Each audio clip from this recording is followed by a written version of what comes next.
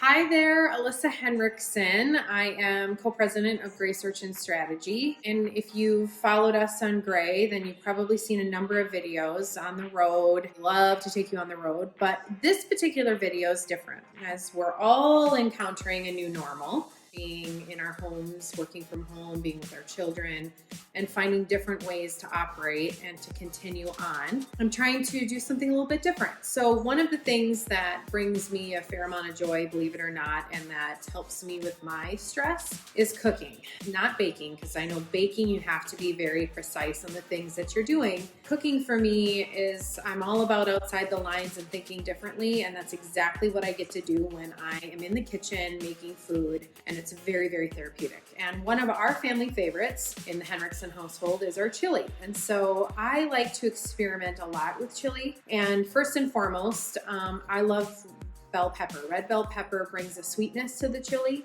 And then when you add in the spice, I think a lot of us like sweet and spice together.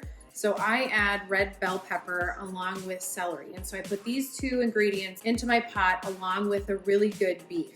You can use any kind of beef, it doesn't matter. I like to use either bison or I use organic beef, but whatever is available to you, these three ingredients go into the pot. Once I get them in there, I put it on the stove.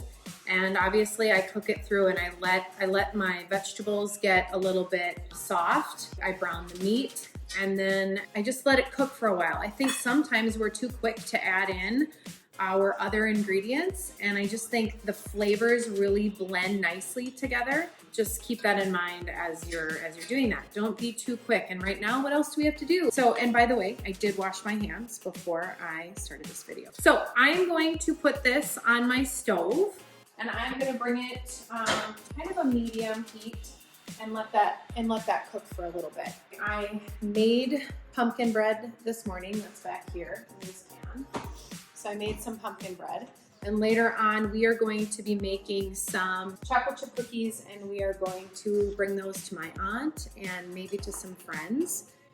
And we're just gonna make a day of this. While the sun is shining, the kids are outside. All right, so back at you. So the meat and the red bell peppers and the celery have been on the stove for probably about 15 minutes. And they are still cooking and everything's kind of blending together. And I wanna back up. I do about 1 full red pepper. Sometimes I do a little bit more than that and I chop it up. I do probably 4 stalks of celery and then again chop that up. And so right now it's looking like this. I did drain some of the fat. I like to take some of the fat and the grease and out of here, but then some of it I like to just continue to let it cook through so that those flavors can blend nicely. And now what I like to do after that is add in the other ingredients. So first and foremost, I'm a huge fan of stewed tomatoes in my chili. I actually put in 2 cans of stewed tomatoes. I also like to add the dark red kidney beans. You can add 1 can of red chili beans or you can do 2. Just depends on what you prefer. Because again, this is like a hearty, chunky chili. The other thing that I want to add in would be the red chili beans. So Bush's, I think, makes the best. You can go for whatever you want, but I do a medium chili sauce so it's not too spicy because the kids, they like to add extra cheese when it's a little spicy, which is totally fine. Make it super, super cheesy. I have added mushrooms, I have added carrots, I have added parsnips, and all of those things clearly blend very, very nicely when you're making a hearty chili.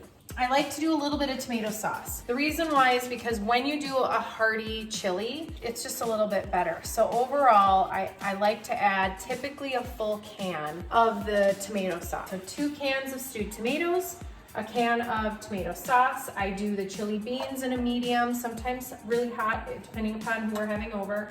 And then I do the kidney beans. And sometimes I feel like when I add kidney beans, it can be too many beans. So I normally just kind of decide as I'm making it how many beans that I want in the chili. As you can see, it's looking like this. Spices to me can either make it or break it. One of the things that I love is actually sweet California basil. There's something about the sweet basil for me that I like sweet and I like spicy, and so does my family. So we do a little bit of both. Now, I typically add about a tablespoon or a tablespoon and a half. Again, I'm not one to bring out the measuring spoons. It kind of drives me crazy. And then I add parsley. So another big, again, dried parsley, dried sweet basil. I do about a teaspoon of parsley as well in my chili. A little bit of cumin. I'm not a cumin fan. I'm not a cumin fan. But when you add it to chili and it's not overpowering, it's all right. So again, probably about a teaspoon cumin in the chili. And then of course, you have to have chili powder. But I kind of go a little crazy on the chili powder. I'm gonna say I start out with probably a little over a tablespoon. And then when I mix it and when I start sampling it, I might add more. It just depends on the flavor. I like to just do a little bit of fresh Himalayan salt along with I add some pepper. I do a few drops of Worcestershire.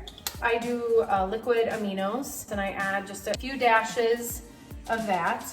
For my ingredient that I have to have in my pantry at all times, red wine. Well, I always have red wine, but red wine vinegar. Depending upon if you're a vinegar person, you don't have to add it. Totally up to you. But if you like salt and vinegar chips, if you like vinegar in general, I'm a big pickle, anything vinegar. This is my deal. I love it. And it does something to the chili. It like brings all of the flavors together, especially when it's spicy. It even makes the spice and I think the sweet stand out a little bit more when you're eating it. And so then, as you can see, everything is mixing nicely in the pot. I have it probably medium-low right now. I want to bring it to a boil. When I bring it to a boil, I lower it, I simmer it, I let it sit for probably about an hour just on low. And then my last ingredient is I add red wine. You can judge me if you want. Red wine and chili with kids, it is what it is. It's not a lot, it's a little, but it adds a really awesome flavor to the chili. It's just rich and it ends up being kind of creamy. So I hope that you've enjoyed my recipe. This is the Henriksen chili. And again, you can mix it up a million different ways, but this is therapy for me, and I'm hoping it brings you something different to look at today, especially with the number of things that we are dealing with, that we're going through as a family, and we're here for you. So if you need anything, reach out. And I love this little saying that sits over my stove. It says, "Nothing can dim the light that shines from within," and that is Maya Angelou. So make today fantastic, enjoy some chili, and I will share future recipes with you in the days to come. All right, talk to you soon.